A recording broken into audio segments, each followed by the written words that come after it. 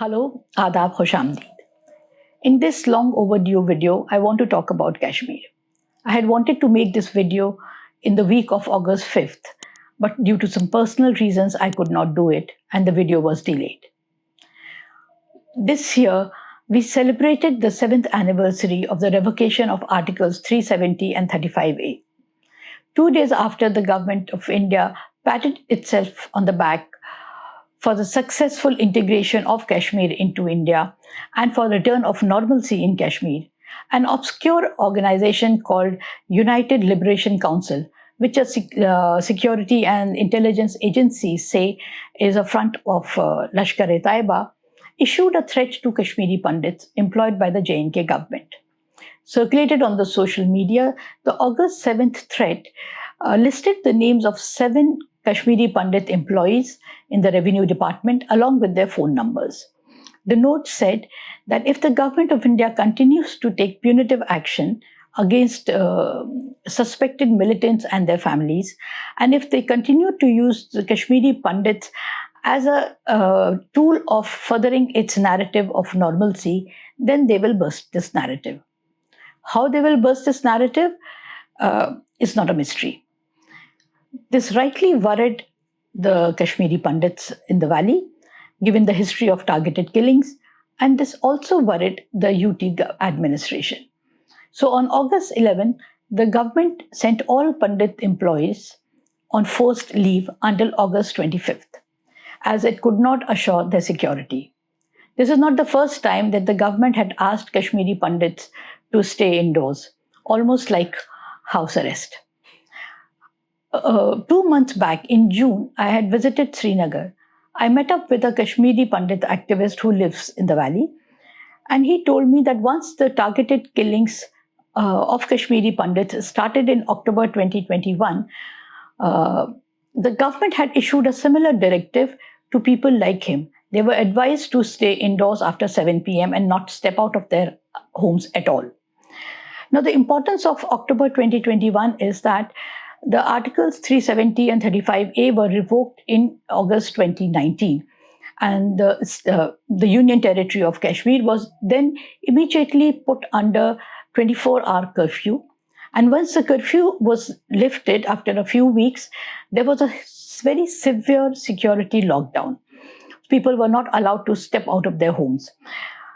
This security lockdown merged into the COVID lockdown announced by the Modi government in early 2020. So basically, from then until 2021, until late 2021, Kashmir, like the rest of India, was under some sort of lockdown or some sort of restrictions. So people were not able to step out or express their anger or resentment or whatever. But after the second wave of COVID abated in middle of October, in middle of 2021, by October things had become a little easy. People had started to step out. And that was the time when the targeted killing of Kashmiri Pandits and migrant workers started. So basically, the resentment was building up after 2019, and it found an outlet once the situation eased in 2021. Now, coming back to the present narrative, last month in July, I heard a similar story of issuing notices to Kashmiri Pandits to stay indoors in Jammu.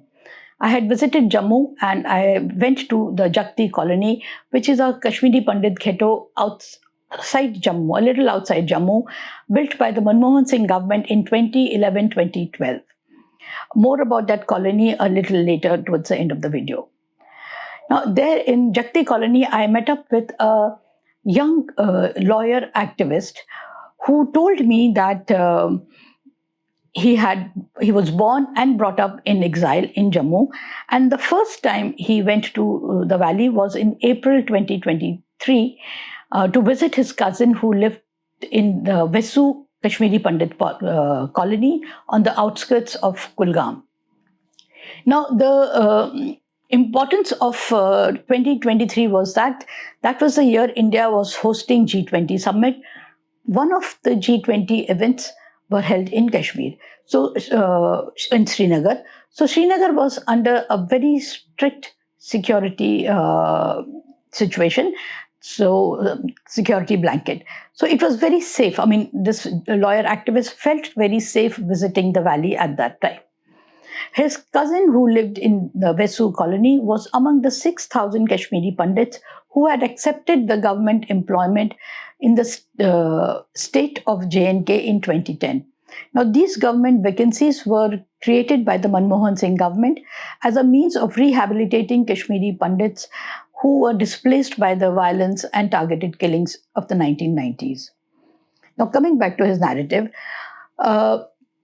within half an hour of his reaching Vesu colony and his cousin's quarter, several officials from the Union Territory visited the colony. These included the SHO Kazikund, which is very close to Vesu, Director Education, and Chief Education Officer, among other people. They called all the residents in one person's house, and there they instructed them not to go report to their work and to stay indoors inside the gates of the colony, which were secure. They were also told that in case there was a problem with their offices and if their office was marking them absent or was complaining, they should immediately inform the SHO Kazikund, who readily handed out his mobile number to the people, and then he'll take care of that problem. Now, one of the residents protested and he demanded written orders. So the Director Education snapped at him and told him to shut up. He said, "This is Kashmir. No written fatwas will be issued to you. We are telling you, and that is enough." In the evening, additional Deputy Commissioner also came to the colony with a similar message. So this was clearly done to prevent any kind of mishap, any kind of possible target killing of the Kashmiri Pandits during the G20 summit, because that would have spoilt the narrative of Kashmir being normal and Kashmir issue having been resolved. This year, once again, the government wants to prevent any kind of bad publicity. It doesn't want anything to spoil this narrative. So, the Independence Day was coming, and the Lieutenant Governor himself led one of the Har Ghar Tiranga rally as desired by the Prime Minister in Srinagar with all his security detail. And two, the other thing is the anxiety about the BRICS summit, which is going to be hosted by India in September. And Chinese President Xi Jinping is going to come to the summit. So any incident in Kashmir, either pertaining to the Kashmiri Pandit or Kashmiri Muslim, anything would spoil the narrative of normalcy in Kashmir, and the government doesn't want that. It would spoil the atmospherics during the summit. It is likely to affect the issuance of the statement at the end of the summit. The truth is, Kashmiri Pandits are means to project the narrative of normalcy, which Home Minister Amit Shah has repeatedly claimed after 5th August 2019. For this reason, Kashmiri Pandits have to stay out of danger, even if it means pretension of employment and staying inside locked, gated colonies, where even groceries come to your doorstep. Now, a word about these ghettos, which pass off as colonies. Now, these are isolated, gated colonies, mostly on the outskirts of towns. So while Vesu is on the outskirts of Kulgam, there is Mutton on the outskirts of Anantnag. There's another colony in Badgam. Some Kashmiri Pandits have also been accommodated or were accommodated at some point in the Kheer Bhavani temple complex in Ganderbal. Now, these colonies, highly secured colonies, have removed Kashmiri Pandits from their natural place of habitat, from the mainstream, and have put them in this very isolated, highly secure camps. It's more like military camps, where they are sitting ducks, all of them. Now, despite all these efforts, why is it so difficult to sustain this narrative of normalcy? To understand that, we need to dwell a little bit more on Article 370. I'm not talking about 35A here because 35A has a different context. It predates Article 370 and it was promulgated by Maharaja Hari Singh to accommodate the demands of the Dogras of Jammu who were getting overwhelmed by the influx of Punjabis. So not talking about that here. Now on 5th August 2019, what was revoked by the Parliament in the Parliament of India was the carcass of Article 370. It had been whittled away systematically from the day it was adopted or it came into effect in 1950. While burying this skeleton, the BJP government had said that the existence of Article 370 was the reason for the separatist sentiment in Kashmir. Because of the presence of Article 370, the people of Kashmir could not integrate themselves with the rest of India. They thought of themselves as different from others. And by removing it, the government of India was integrating Kashmir and the Kashmiri people into India. The truth is, the separatist sentiment in Kashmir existed even before Article 370. This was a sentiment which prompted Maharaja Hari Singh's Prime Minister Ramchandra Kak to advise him to opt for independence in 1947. Kak was neither crazy nor a separatist. He simply represented the centuries-old Kashmiri sentiment which saw themselves as independent but colonized people through the Mughal, Afghan, Sikh and British roots. They craved their own rule.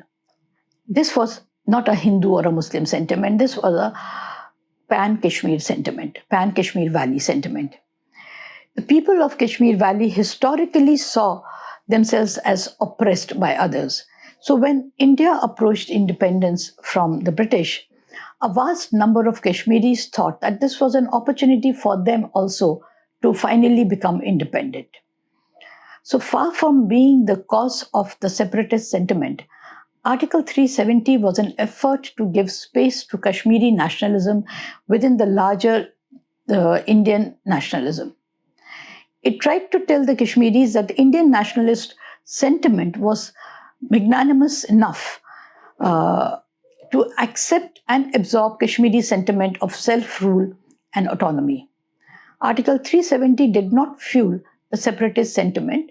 It tried to harness it within the Indian nation state. These historical facts have been recorded in several books over the years written by Kashmiri, Indian and Western scholars. This is the reason that the illusion of normalcy is not sticking. Because what the people consider normal is not what the government considers normal is not what the people know and believe.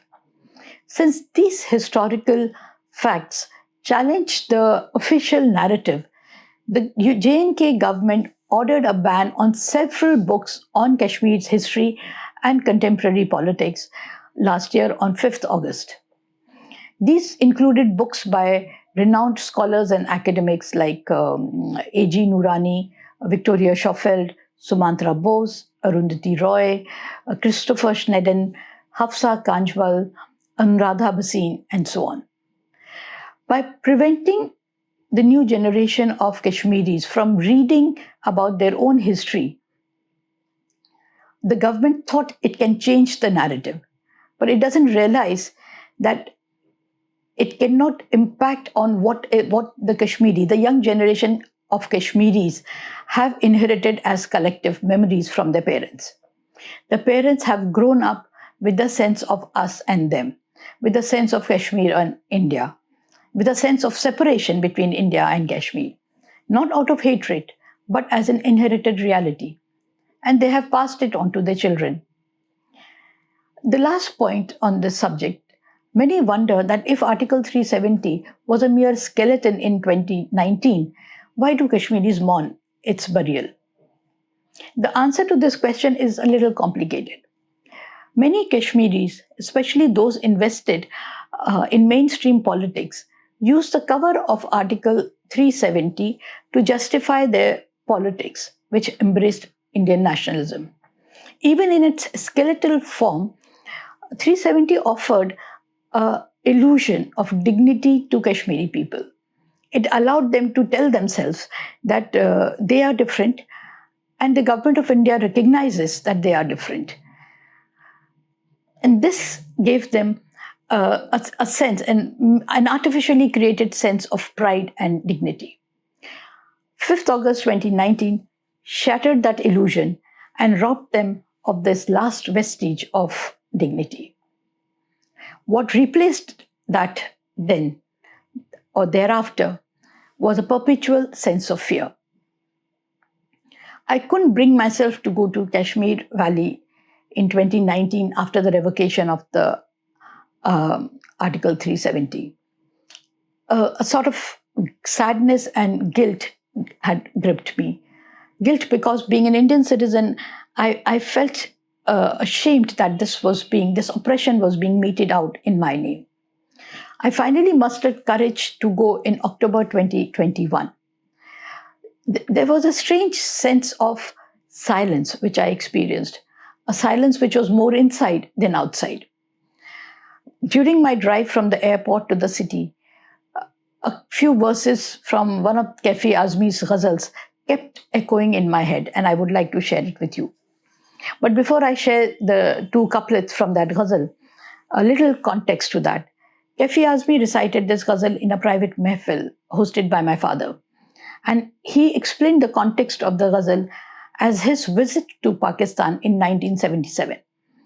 So when he came back from Pakistan, he translated, he put his sentiments of what he experienced there in this ghazal. So the two couplets that I want to share are, Dastoor kya ye shehr-e-sitamgar ke ho gaye. दस्तूर क्या ये शहरे सितमगर के हो गए जो sir उठा के निकले थे बेसर के हो गए. ये शहर तो है आपका, आवाज किसकी थी. ये शहर तो है आपका, आवाज किसकी थी. देखा जो मुड़ के हमने तो पत्थर के हो गए. I will not translate it. The translation will be there in the notes, you can see. So this pervasive fear was palpable on the streets of Kashmir. Some sort of a sense of impending calamity. It was understandable that Kashmiri Muslims would be feeling this fear. They would be very, very afraid. After all, they had borne the burden of the consequences of violence since 1989. They had suffered at the hands of both the militants and the security forces. But in June 2026, I discovered, after my meeting with the Kashmiri activists in Srinagar, that the Pandits in the valley were equally fearful after the revocation of Article 370. He said that before 2019, there was a period when the Kashmiri Pandits in the valley felt very safe. And he was referring to the time during Prime Minister Manmohan Singh's tenure, when some half-baked or maybe half-done efforts were made at rehabilitating the Kashmiri Pandits. As I mentioned earlier, 6,000 government vacancies were created for them in Kashmir. Accommodation was created for them, secure accommodation was created for them. And a few rounds of talks were held between the central government and the people of Kashmir. This included the Kashmiri Pandits also. This was also the time when the government of India was also engaged in back-channel talks with Pakistan under what came to be known as the Musharraf formula. Though its antecedents go back to the US-based group, Kashmir Study Group's proposal. So overall, there was a general feeling of the situation moving towards gradual improvement. You could see it on the streets also. You could see it in the way people were talking, in the way people were expressing hope as well as criticizing the government openly. There was no fear. But after 2019, fear once again gripped Kashmiri Pandits. They felt that just as the militants had targeted them in the 1990s for being on the side of the Indian state, they will be targeted once again after being blamed for the revocation. The UT government also thought so, and which is why it issued these orders from time to time that Kashmiri Pandits should not step out of their ghettos. Today, even after 7 years, The UT administration remains fearful. It is conscious that it is ruling over crushed hopes and aspirations. Therefore, it is scared of its own shadow. It is scared of its own people.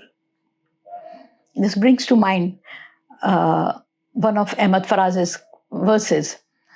हर कोई अपनी ही आवाज से कांप उठता है, हर कोई अपनी ही आवाज से कांप उठता है, हर कोई अपने ही साये से हिरांसा जाना. The administration is run by non-Kashmiri bureaucrats because the government cannot bring itself to trust the Kashmiri bureaucrats.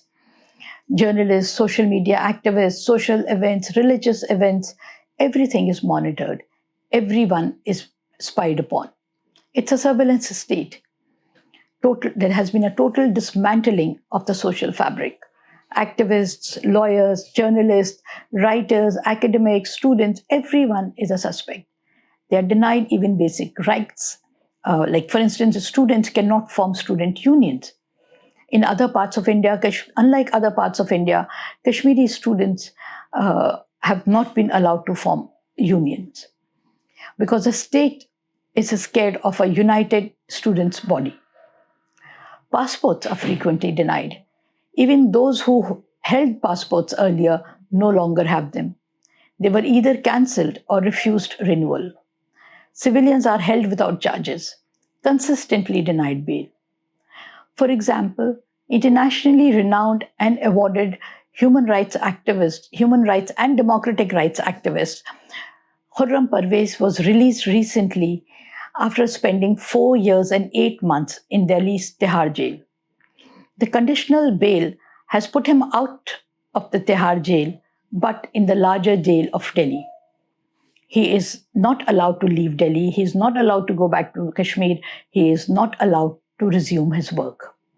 Similarly, journalist Irfan Miraj was released on conditional bail after 3 years of imprisonment as an under trial. Even he is not allowed to leave Delhi or go back to Kashmir. Forget resuming his work.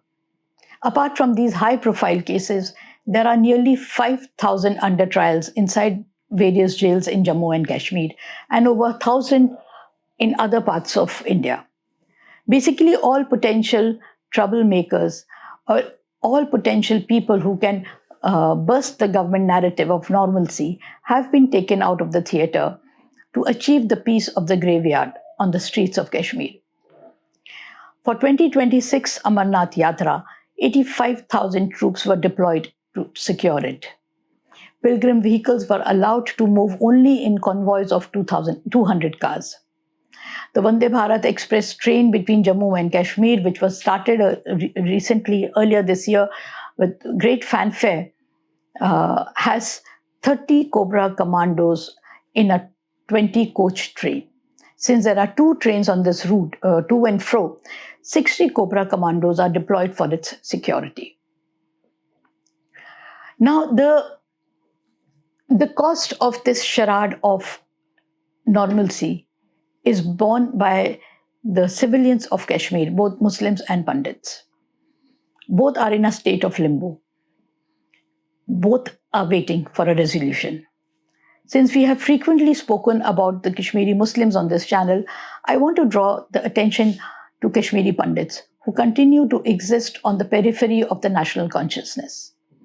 As I mentioned earlier, I had visited the Jakti colony on the outskirts of Jammu in July. Now, this colony was established by Manmohan Singh government on the outskirts of Jammu in 2011-2012. It is a 4,224 flat colony, and a flat is basically a euphemism for a 2-room quarter. So each quarter has 1 bedroom, 1 bathroom, 1 kitchen, and 1 sitting room. And in these 4,224 quarters, 5,500 families live. Jakti is a slum which passes off as a colony. When I entered this colony or this slum, as you can see on the visuals here, I felt a sense of shame and mortification that we are forcing human beings to live in these conditions. It's a place which induces permanent trauma to those who live there. There is zero sanitation and zero healthcare facilities. Though there was, I spotted a dilapidated building which passed off as a hospital, but it was nothing but a run-down, ramshackle building with even the windows had no screens or no grills. Every day, living in this colony reminds the residents of what they have left behind. The residents here get a consolidated amount or a compensation of 13,000 per family of four, an amount which has not been revised since 2018. Over the years, some families have moved out as their children grew up, found employment, and consequently prosperity. But most remain here. Most of them were self-employed people in the Valley of Kashmir or were farmers. And hence they were unable to hold or get or sustain a regular job here, get a regular income here. So they've not been able to improve the lives of their children enough for them to move out. These people have been doubly victimized. First, by the circumstances which forced them to escape Kashmir, their home, and thereafter by an apathetic government which uses them for narrative building. The Kashmiri refugees continue to be regarded as voters in the villages which they left in 1990 and where they have never voted since then. In Jammu, they cannot register themselves as voters because they are registered in Kashmir. So they have no representation. The people in Kashmir do not represent them because they cannot. They are not their constituents any longer. And the politicians in Jammu do not care for them because they do not get their votes.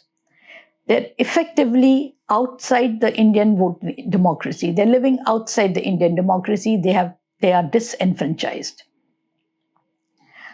So what is the way forward? Now, if you have been doing something for 30 years and have been getting the same result, it is certain that the results will not change if you still do the same thing. Obviously, you need to do something else. So what is that? Kashmir, the first is to acknowledge that Kashmir is an unresolved issue because both Kashmiri Muslims and Kashmiri Pandits need closure. For those living in Kashmir, it's an open-air prison. For those who live outside Kashmir, it's a stigma. This brings to mind another couplet by Ahmad Faraz. Jisko dekho wahi zanjeer bapa lagta hai. Jisko dekho wahi zanjeer bapa lagta hai. Sheher ka sheher hua dakhile zinda jaana. That is the state of the people in Kashmir, which is an open-air prison. So what can be done in the short term? Since the government refuses to address the political aspirations of the people, the least it can do is ease their personal and economic hardships. It can start with confidence building. Here's a list of things that I have drawn up which the government can possibly do. One is release all political prisoners. Under trials held in prisons outside Kashmir and whom the government think it cannot release because they are hardened troublemakers should be transferred to jails in Kashmir. So at least then they can meet their family members more frequently. Declare general amnesty for juvenile under trials. Bring back more Kashmiri bureaucrats in the administration, especially at the local level. Trust them, empower them to address the problems of the people. Allow renewal of passports of previous passport holders and shorten the time taken in police verification for new applicants. It is no secret that police verification in Kashmir is a tool for harassment and extortion. Allow students to form unions. It will help channelize their frustration. It will create space for democratic discussions and dissension. So what if they occasionally raise the slogan of Azadi? Can't a democracy as strong as ours absorb a few slogans by the students? Like in other parts of India, where industrial footprints are small, in Kashmir also, the government has historically been the most desired employer, with assured job security and prestige. With the UT administration expanding the reservation quota to Gujars and Pahari people, the employment pool for the residents of Kashmir, the Muslim residents of the Kashmir Valley, has shrunken even more, causing anxiety and insecurity. This is also viewed as another way of disempowering and marginalizing the Kashmiri Muslims, leading to more alienation. This needs to be addressed. Create a mechanism for redressal of infrastructural and logistical problems of horticulturalists and farmers. This, after all, is the backbone and the foundation of Kashmiri economy, not tourism. Thereafter, start a conversation with the cross-section of Kashmiri people, even those hostile to you. Ideally, start a conversation with Pakistan as well, but since for political and ideological reasons this is unlikely to happen, the government can at least create a fig leaf of genuine intentions instead of a charade of normalcy by widespread surveillance and imprisonment of civilians. In short, Government of India needs to have a large heart as far as Kashmir is concerned. The policy has to be magnanimous to accommodate a range of sentiments, including dissent and desire for some sort of an autonomy. It needs to cut loose from its ideological moorings, which is driven by subjugation of a certain class of people. It needs to understand that no Kashmiri Pandit can feel secure in Kashmir if Kashmiri Muslims do not feel secure. Kashmiriyat may have been an opportunist slogan, but coexistence is a harsh reality in an interdependent, globalized world. The rapidly evolving global geopolitical situation and our regional alignments are further narrowing India's space for maneuver. We cannot afford alienated and unhappy people any longer. Some Kashmiri politicians have from time to time raised the slogan of restoring Article 370. This is a strange demand. Which Article 370 are you talking about?